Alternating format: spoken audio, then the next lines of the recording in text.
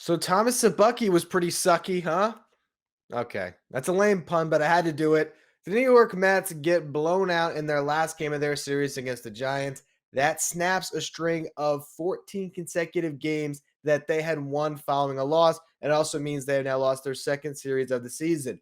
On the show today, I'm going to recap that game, but what I want to do is give you your three keys that the Mets need to follow if they're going to stay afloat right now in this stretch until they get a Jacob deGrom or a Tyler McGill back. It's going to be a really tough part of their season, but if they can make it through this, there's going to be nothing holding them back in the NL East this season.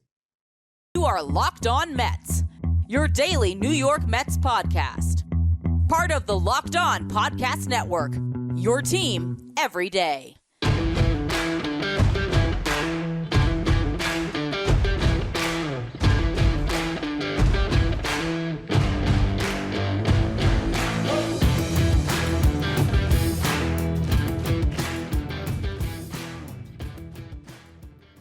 Hello to all you amazing Mets fans. You're watching Locked On Mets, part of the Locked On Podcast Network, your team every day.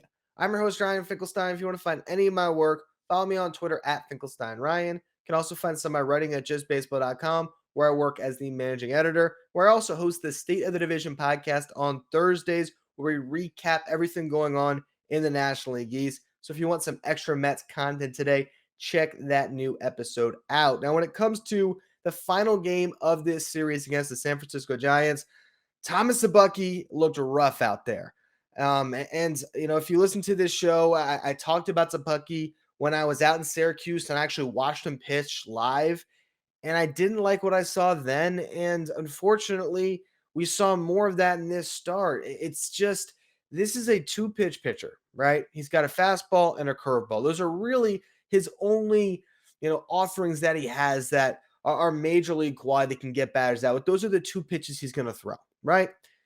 The fastball was touching 96. That's great to see that increased velocity. One thing I haven't mentioned on the show is he had that same surgery that we've seen a lot of Mets have, where they moved that ulnar nerve in your elbow. This is a guy that got Tommy John surgery really early into his career, and that has allowed him to feel better and throw harder. And you're hoping that he could put the injuries behind him and actually have a sustained run of success. But one of the things that I've always felt about Szapucki, particularly over the last couple of years, is it might be time to move him into the bullpen, because this is a guy that, at the velocity can play up a bit out of the pen, has a really good curveball.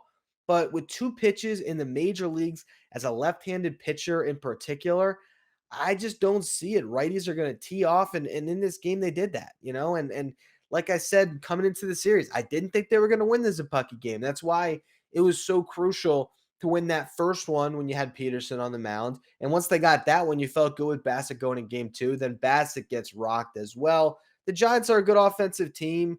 The Mets were able to battle back and they showed great grit. I don't think you feel awful about a series loss here, but it shows you why they played with such determination in that second game. And it is unfortunate that they let that one slip late, because that could have been their path to another series victory. And this game, they had no hopes. It was over in the first inning. And as much as you'd love the Mets to come back from down 9 after coming back from down 6, it's not realistic to think that's going to happen again, particularly against a team, against the Giants, that again is a good ball club. So you look at Szapucki's line, and I don't even want to go through the 60 plus ERA he has right now. I just want to walk you through the events that took place, right? So he strikes out the first batter he faces, Darren Ruff. Then it's double, walk, home run, Jock Peterson going yard again. By the way, Jock Peterson, his WRC plus going into the game on Tuesday night was 120. Again, WRC plus measures hitters based on a league average of 100. After he hit that home run, his fourth in 2 days, in that first inning there, his WRC plus climbed up to 159. So he went from being 20% better than your league average hitter, and then due to the small sample size of this season, jumped to 59% better than your league average hitter. One of the best hitters in baseball on the back of 2 games where he feasted on Mets pitching. So you had, again, double, walk, home run. That's what, 1, 2, 3, 5 runs. Then he had a fly out, a walk. He picked off the guy at first, and that allowed him to get his final out of the inning. They sent him back out in the second. You know that Buck Showalter would have loved for him to just wear one and maybe get you through 3 or 4 and throw 90 pitches and save the bullpen. You lose the game, you lose the game. He couldn't do that. In the second inning, double. He struck out Ruff again. Imagine how bad Darren Ruff felt seeing his teammates tee off and Szapucki, and he got 2 punches against them. Then another double allowed. That scored a run, then a home run. Then Evan Longoria homered in the first, homered again, and they pulled him. So 1, 2, 3, 4 home runs, 9 runs, game over, basically. From there, Trevor Williams cemented, in my opinion, the role as the Mets' fifth starter. And honestly, in retrospect, which, I mean, hindsight's 2020, why wouldn't you just start him? I thought that they were going to put Williams into that fifth spot in their rotation.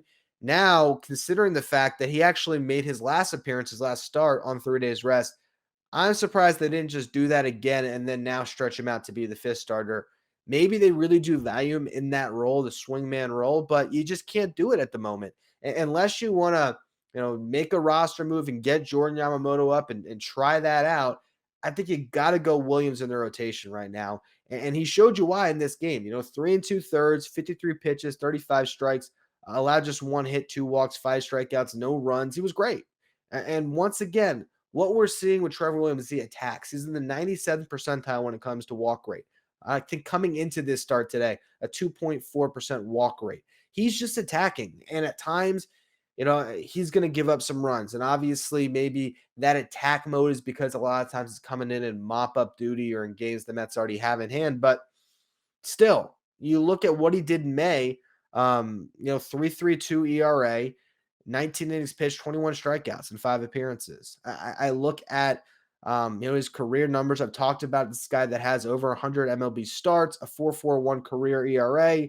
He's a major league starting pitcher. Is he a great one? No. But if you have Trevor Williams pitching to a 4.8 ERA in your rotation, even, which I think he'd be better than that. But let's just say, throw it out there that he's pitching near a 5 ERA. It's better than what you just got from a spot starter, right? If he can get you through 5 innings of a start and give up 4 runs, you trust your offense to try to win that game. And I think he can be a little bit better than that. You look at some of the peripherals this year, the advanced metrics, his average exit velocity against, he's in the 80th percentile, expected ERA 77th percentile, hard hit percentage 72nd percentile. He's not getting squared up too bad this year. I think you go out and you pitch him. And one thing you could do, I heard SNY talking about a little bit after the game, is going with an opener. That does make sense. Let's just say his next start would likely come against the Nationals. You have Juan Soto early in that lineup. So why not go Chasen Shreve in the first, 2 innings, have him face Soto in that first at bat, and then let Williams get those middle innings, kind of like he's been doing in some of these outings anyway. And then you bridge it off to the rest of your bullpen.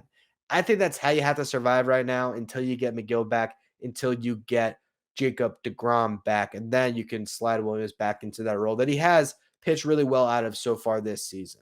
But that brings me to my first key. I'm going to go through my 3 keys for what the Mets have to do to stay afloat right now. And the first one is get length out of Chris Bassett, Carlos Carrasco, and Taijuan Walker. I want to talk about why a little bit more in just a minute, but this episode is brought to you by Rock Auto. With the ever-increasing numbers of makes and models, it's now impossible for your local chain auto parts store to stock all the parts you need. So why endure the often pointless or seemingly intimidating questioning and wait while the person behind the counter orders the parts on their computer, choosing only the brand their warehouse happens to carry, when instead you can use rockauto.com, save 30%, 50%, maybe even 100% more for the exact same parts that you get at a chain store or new car dealership. Rock Auto is a family business that's been serving do-it-yourselfers for 20 years. Their prices are reliably low for every customer. So go explore their easy-to-use website today and find the solution to your auto parts needs. And when you're there, write Locked On in their How'd You Hear About Us box so they know that we sent you. Amazing selection, reliably low prices, all the parts your car will ever need. RockAuto.com.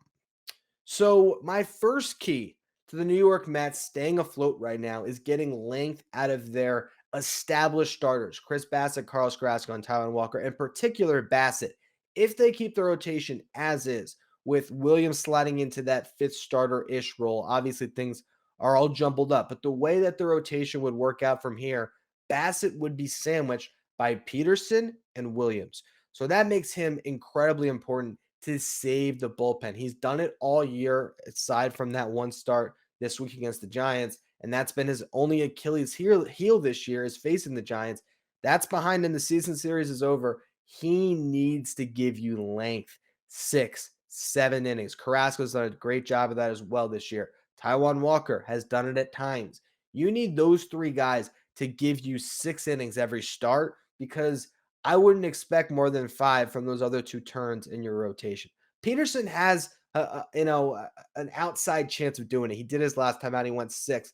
I just think that Peterson's one of those guys, as much as he's thrown the ball well this year, that if you get him through 5 innings and you have a lead, you'd prefer to hand it off to your bullpen and have them lock it down, which is now my second key that I want to talk about, maybe more important than that first key, which is getting these relievers back into the point where they're holding these games for you. Edwin Diaz and Drew Smith in particular are vital to this Mets team. Seth Lugo and Adam Ottavino have been inconsistent, but they've had their moments.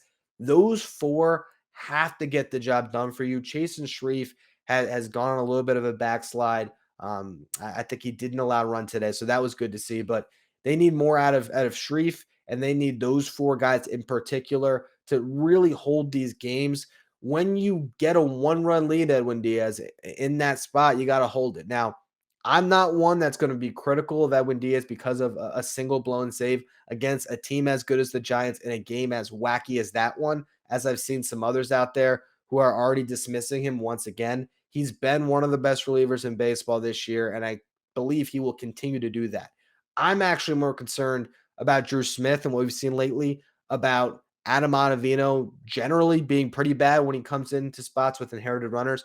Did a nice job in that wacky game, straight into the bases loaded, but it hasn't always been like that. Seth Lugo has had so many inconsistencies, but then there's times where he gives you 2 strong innings and locks down a lead and saves a game for you. It's like, okay, that's the Seth Lugo from 2019 that was so great. So they need those 4 guys. It's incredibly important. And then they also need Joely Rodriguez to continue what he's done recently, which I want to touch on really quick here. A little aside, which is revisiting the Joely Rodriguez Miguel Castro trade, because everyone was so quick to dismiss it.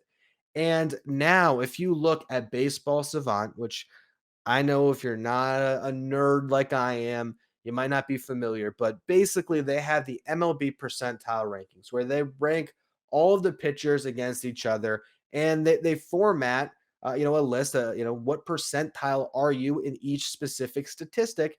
If they're terrible, you'll see the blue bubbles, and the worse you are, the more bright those blues are.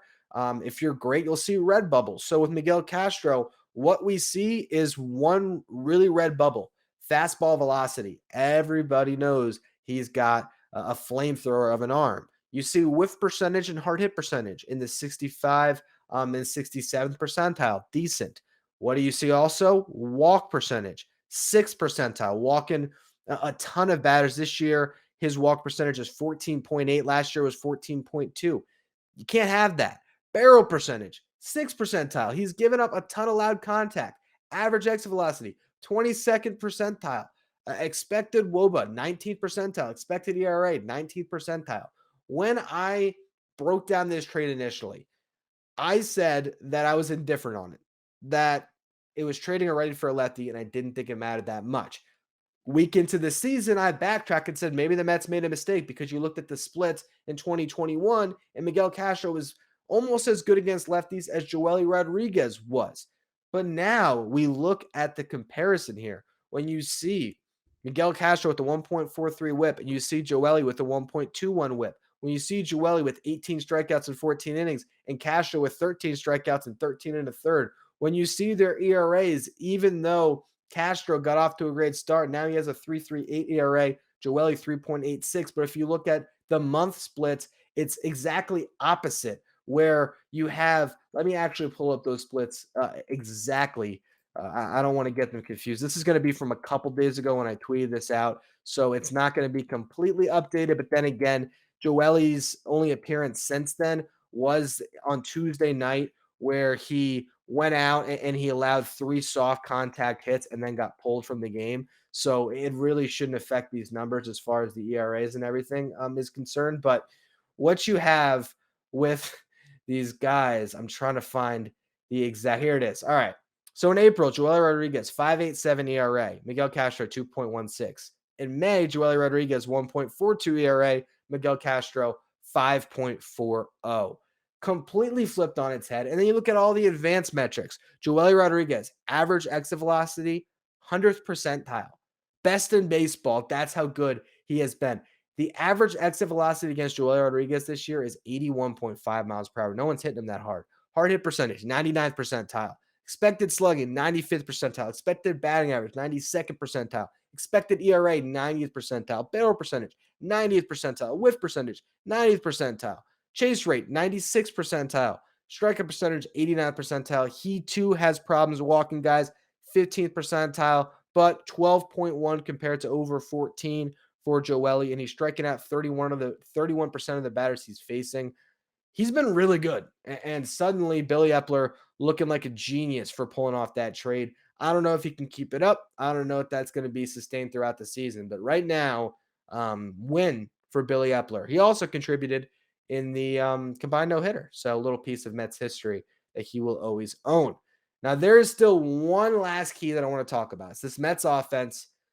This is the biggest make or break factor for this team right now. The offense has to carry them. And I'm going to explain what they have to do a little bit better and what they've done well this year in just a minute. But first, with spring in the air, it's time for renewal and growth, both personally and professionally. And as your small business grows, LinkedIn Jobs is here to make it easier to find the people you want to talk to faster and for free. Create a free job post in minutes on LinkedIn Jobs to reach your network and beyond to the world's largest professional network of over 810 million people. Then add your job in the purple hashtag hiring frame to your LinkedIn profile to spread the word that you're hiring so your network can help you find the right people to hire. Simple tools like screening questionings make it easier to focus on candidates with just the right skills and experience so you can quickly prioritize who you'd like to interview and hire. So as small businesses rate LinkedIn Jobs number one in delivering quality hires versus leading competitors, LinkedIn Jobs helps you find candidates that you want to talk to faster. I don't know if you know this, but every week there's nearly 40 million job seekers that visit LinkedIn. Post your job for free at linkedinjobs.com/lockedonmlb. Again, that's linkedin.com/lockedonmlb to post your job for free. Terms and conditions apply. So as we have just passed the quarter mark of the season, the Mets have one of the best offenses in baseball. They're third in runs right now behind the Giants and the Dodgers, only one behind the Giants. So if they had won that game on Tuesday night, they'd be in second. They're 14 behind the Dodgers. Their average of 260 is second behind the Rockies, who play in that Coors Field altitude. So they're certainly inflated stats if you compare the two teams. And really, you also know the Mets are struggling mightily against left-handed pitching. So their average against right-handed pitching is leading baseball. Fantastic against righties this year. They're second in on-base percentage. They're leading baseball with RBIs with runners in scoring position. Can you even imagine that last year when this team's Achilles heel, where they had no chance with runners on base? And now they are leading all of baseball, driving in those runs. They're second in hits with runners in scoring position. So that's what they've done great this year. They put the ball in play. They run everything out. They have great base running across the board, and they have timely hits that are scoring runs. Is that a sustainable skill? Timely hits? I don't know. We know that it's sustainable to be bad in those spots because we saw that certainly over the last couple of years. But can they actually figure this out for a full season and be great in those spots? I think they can. I think they have the right hitters that can do that. When you have Jeff McNeil hitting the way he has, and I should mention Jeff McNeil crashed into the wall today. Very scary situation. It just shows the tenacity of this team in particular on a play like that where you're down 9-1, you're playing everything out, you make a diving catch, you slide into the wall, and he basically just, ate the wall with his face, with his knee, with his wrist. Just scary, scary collision. Sounds like he could have stayed in the game if it was closer, but because of the day off the next day and how bad the collision was, and he was supposed to hit right at the top of the next inning, Buck just decided to pull him. Better safe than sorry. Hopefully, whatever bruising he has right now, they said a knee contusion was the worst of it. Hopefully, he'll be fine. And the Mets are really lucky that they escaped something worse there. But the way he has been playing has been amazing. Him and Brandon Nimmo, when you have Guillorme in the lineup too, these are guys that are just grinding out at bats. Mark Canha and Starling Marte are somewhat similar, although they don't necessarily grind out at bats the same way as Guillorme, Nimmo, and McNeil. Canha a little bit. Marte is kind of a free swinger, but he finds his ways on base. He hits the ball hard. All these guys are getting on base, and that's key. And that's why Pete Alonso, as I predicted heading into the season, is leading the league in RBIs right now because he's able to just clean up. And that has been huge for this team. But the one thing that I think is obvious up to this point in the season is this is not a good home run hitting team. And that is my key right now.